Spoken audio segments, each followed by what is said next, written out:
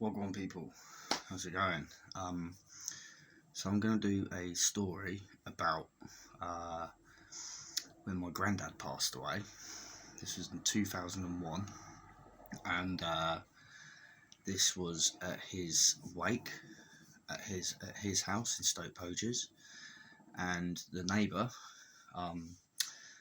he invited me around his house. Basically, my granddad lived in Stoke Poges, and their house was the original house, and all the houses round my granddad's were big mansions, and they were owned by like Sikhs and stuff. And so this guy, he invited me around his house during the wake, because he had a couple of dogs, and as I told you before, I get on really well with dogs. So knowing that he had a rottweiler and a pit bull, I was like, yes, I have to go and see these dogs. So anyway, I went round to this house and I walked in there. I can't remember the rottweiler's name or the pit bull's name, but what I do remember was this rottweiler was huge. He was like a small horse, let's just put it that way. Anyway, I went into this house, and the house was massive. It had a gym.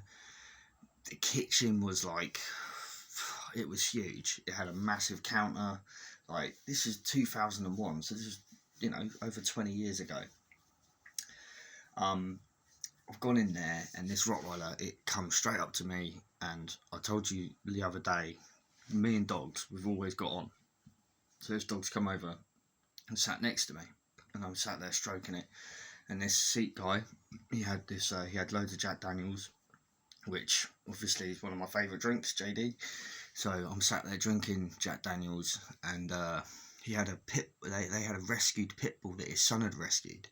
It had been getting beaten, so his son had taken it off these people, and they had these two dogs to guard their house. They had a big, like 6 to 8 foot wall at the front of their house, and then a big driveway. The driveways in these places, you could put about 8 cars in them, and so I'm sat in this house with this rottweiler, talking to this Sikh. I was there for hours drinking. I got very, very drunk that day, and so I'm with this rottweiler, stroking this rottweiler, like stroking his belly, He was really fond of me. Anyway, I've then gone into the back garden with this Sikh guy and the rottweiler, and the pit bull has spotted me. Now, this pit bull had been badly treated, so he didn't like many people. As I've walked into the garden, this pit bull has started growling, and he's ran towards me, and I'm like, oh sugar, because this thing's coming to attack me. But this rottweiler, it really liked me, so this rottweiler's come out, like literally ran out the house behind me, ran up to this pit bull and rammed into it, bang, knocked it onto its back, as if to say, don't you dare touch this guy, he's my friend. And literally stopped this pit bull from attacking me. And then this pit bull, and then this rottweiler then sat with me the whole time in the garden, in between me and this pit bull. So this rottweiler and was in between me and this pit bull, and wouldn't let this pit bull near me. Now, I was then told later that day that one day these Sikhs went out for the day, and like I said, they had a big wall at the front of their house that went into the driveway, but they had all these signs up saying, guard dogs, beware, dangerous dogs, so that if people jumped over the wall, they jumped over at their own risk.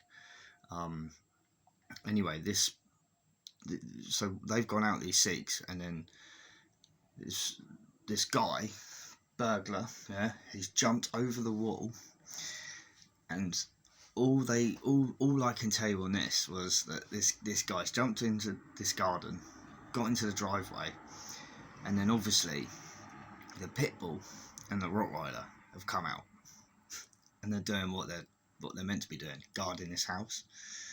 There was a puddle of blood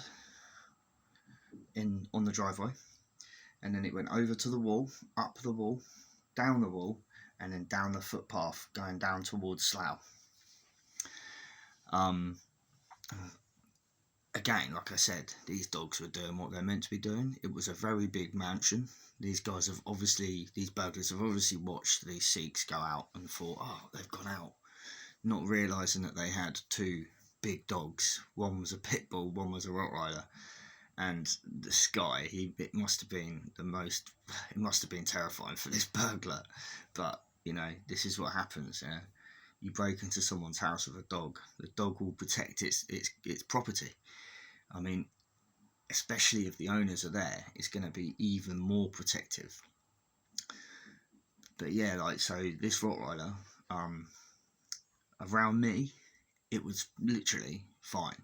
Like I said, that the pit bull, it was very, very sketchy with people. It had been beaten, kept outside in a little cage, which is why this younger Sikh had rescued this dog. Because yeah, it's very upsetting. But yeah, so that was the little story there about the rottweiler that I met in 2001.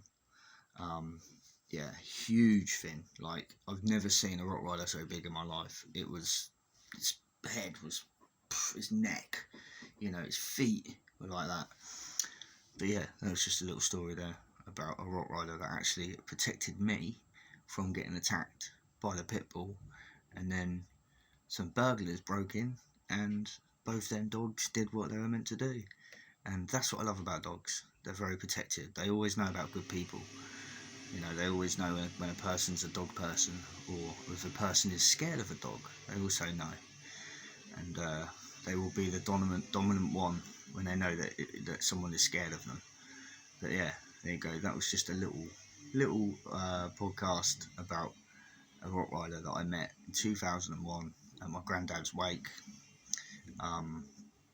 2001 was also the year that I saw D12 and Eminem at London Astoria.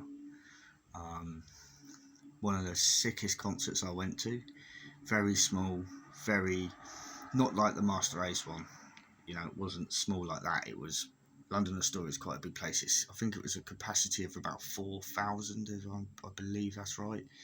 But on the London Astoria gig, I remember D12 all come out, 4 members come out. Proof was alive back then as well. Obviously, Proof died the 11th of April 2006. He was murdered by a bouncer. But yeah, so the gig I went to in London Astoria, I remember 4 members come out, and like Conniver said, unfortunately, one of the members can't be with us today. And I'll never forget, Bizarre so all the members are out apart from Bizarre and Eminem. Bizarre come out, and the crowd were like, oh, Eminem hasn't turned up. And then they did the song Shit On You. And that's when Eminem's verse come on, Eminem come running out. He's wearing red tracksuit bandana. And literally, I'll never forget, the crowd went through the roof. I was with my mate Pete, I was with my mate Keith, and I was with my cousin Giles at this concert. And yeah, it was a very, very sick concert, very good concert. But yeah, anyway, so there you go. That was just a couple of stories about the rottweiler that I met and the London Astoria gig, all in 2001. So 22 years ago, long time ago. Well, for some of us it was, but there you go. Anyway, I hope you guys are enjoying the weather. I hope all you parents out there aren't struggling too much with the school run, and keep watching, and I'll keep bringing out the stories. Anyway, peace, love, see you guys soon.